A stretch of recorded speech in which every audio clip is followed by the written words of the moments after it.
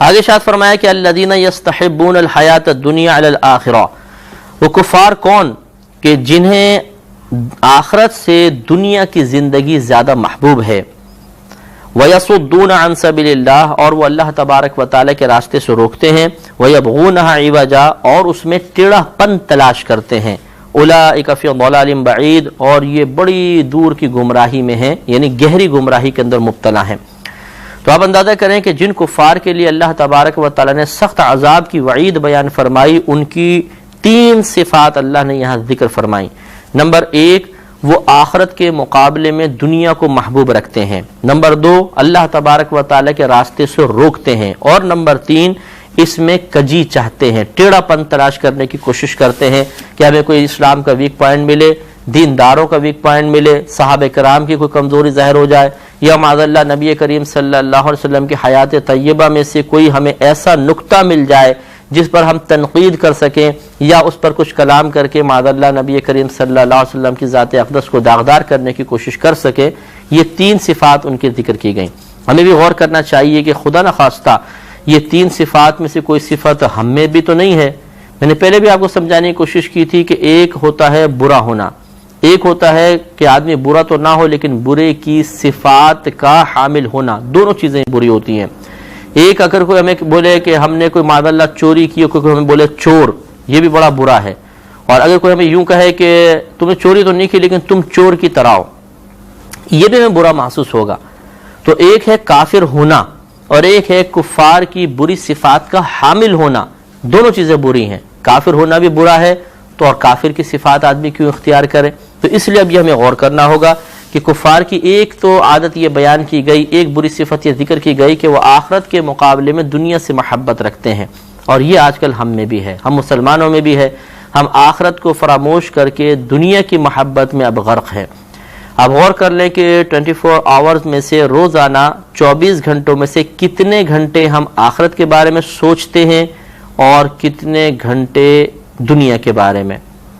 آخرت کے لیے ان اوقات میں سے کتنا وقت مختص کیا ہوا ہے اور دنیا کے لیے کتنا کیا ہوا ہے۔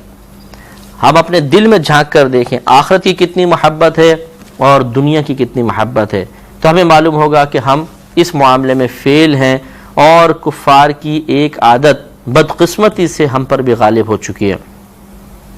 اسی طریقے سے اللہ تعالیٰ کے راستے سے روکنا، یہ بھی اب مسلمانوں میں بڑا عام ہو گیا ہے۔ اگر کوئی شخص دیندار بننے کی کوشش کرے، بعمل بننے کی کوشش کرے، تو پورا معاشرہ اس کی راہ میں رکاوٹ بن جاتا ہے۔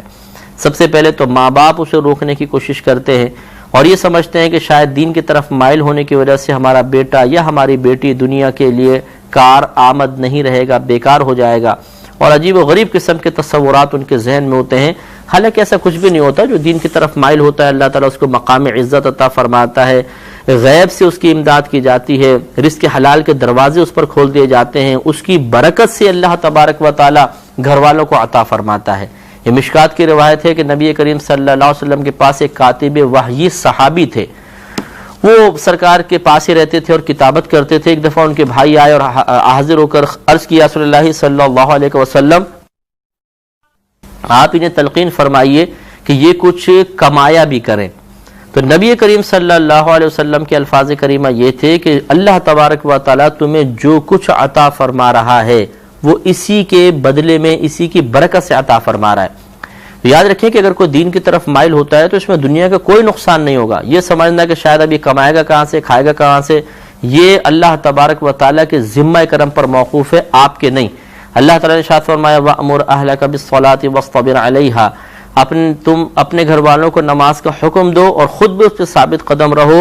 لَا نَسْأَلُكَ رِزْقًا، ہم تم سے رزق کا سوال نہیں کرتے، نَحْنُ نَرْزُقُكَ، رزق تو ہم تمہیں عطا فرمائیں گے۔ تو یہ تو اللہ نے اپنے ذمہ کرم پہ لیا۔ اور ابھی میں نے پچھلے پروگرام میں ایک آیت آپ کو عرض کی تھی کہ اللہ نے ارشاد فرمایا ان تنصروا اللہ ینصرکم، اگر تم اللہ کے دین کی مدد کرو گے تو اللہ تعالیٰ تمہاری امداد فرمائے گا۔ معلوم ہوا کہ والدین کے یہ وساوس واقعی صرف وساوس ہی ہیں، ان کا حقیقت سے کوئی تعلق نہیں ہے کہ جو دین کی طرف جائے گا وہ برباد ہو جائے گا، وہ کمائے گا کیسے، کھائے گا کیسے، کیسے گزارا کرے گا۔ یہ تو آپ دنیا داروں کو دیکھ لیجئے، بڑی بڑی ڈگریاں لے کے بیچارے پریشان ہیں۔ تو دین کی طرف میلان ہمیں دنیاوی تعلیم سے نہیں روک رہا، ہمیں کاروبار سے نہیں روکتا، ہمیں نوکری سے نہیں روکتا، رشتہ داری سے نہیں روکتا، دوست بنانے سے نہیں روکتا، ہاں یہ ضرور حکم دیتا ہے کہ یہ تمام کام دائرہ شریعت میں رہ کر ہونے چاہیے۔ تو بہرحال جب کوئی لڑکا یا لڑکی دین کی طرف مائل ہونے لگے تو سب سے پہلے تو ماں باپ رکاوٹ بن جاتے ہیں، پھر بعض اوقات بڑے بھائی بہن، پھر اسی طرح رشتہ دار۔ اگر ماں باپ راضی ہیں، بھائی بہن راضی ہیں، تو وہ آ کے ذہن بناتے ہیں کہ جی آپ کے بچے کو کیا ہو گیا، یہ تو مطلب مولوی ہو جائے گا، یہ بچے کو کیا ہو گیا، لوگ ملانی کہیں گے، رشتے بھی نہیں آئیں گے، یہ ہو جائے گا، وہ ہو جائے گا، اور اس طریقے سے اللہ تعالیٰ کے راستے سے روکنے کی کوشش کی جاتی ہے۔ باوجود یہ کہ مسلمان ہیں، باوجود یہ کہ کلمہ پڑھتے ہیں، فرق یہی ہے کہ وہ کفار کافر ہو کر یہ کام کرتے تھے، اور ہم مسلمان رہ کر بعض اوقات دین کے تعلیمات کے خلاف علم بغاوت بلند کرتے ہیں۔ یہ بڑی سخت بربادی کی بات ہے، کیونکہ اللہ نے ارشاد فرمایا وَوَيْلٌ لِّلْكَافِرِينَ مِنْ عَذَابٍ شَدِيدٍ، کفار کے لیے عذاب شدید سے بربادی ہے۔ تو اس کا مطلب یہ ہوا کہ ان کاموں کے حامل لوگوں کو اوپر عذاب کی وعید تھی، اللہ نے بیان فرمائی۔ میں نہیں کہہ رہا ہوں کہ معاذ اللہ جو مسلمان دین کے راستے سے روکتا ہے وہ اسی کے تحت داخل ہو جائے گا، لیکن ہاں یہ ضرور ہے کہ وہ چونکہ کفار کی ایک بری صفت کا حامل ہے تو ہو سکتا ہے کہ اللہ تعالیٰ ناراض ہو کر اسے بھی عذاب میں مبتلا کر دے۔ اس لیے بہت ہی توجہ کرنی چاہیے۔ اللہ کے راستے سے روکنے کا مطلب اللہ تعالیٰ کی تعلیمات، اسلام اور نبی کریم صلی اللہ علیہ وسلم کے خلاف اعلان جنگ ہے، اور اس اعلان جنگ کے بعد یقینی سی بات ہے جنگ شروع ہوگی، اور اس پہ فتح کس کی ہوگی ہم اچھی طرح جانتے ہیں۔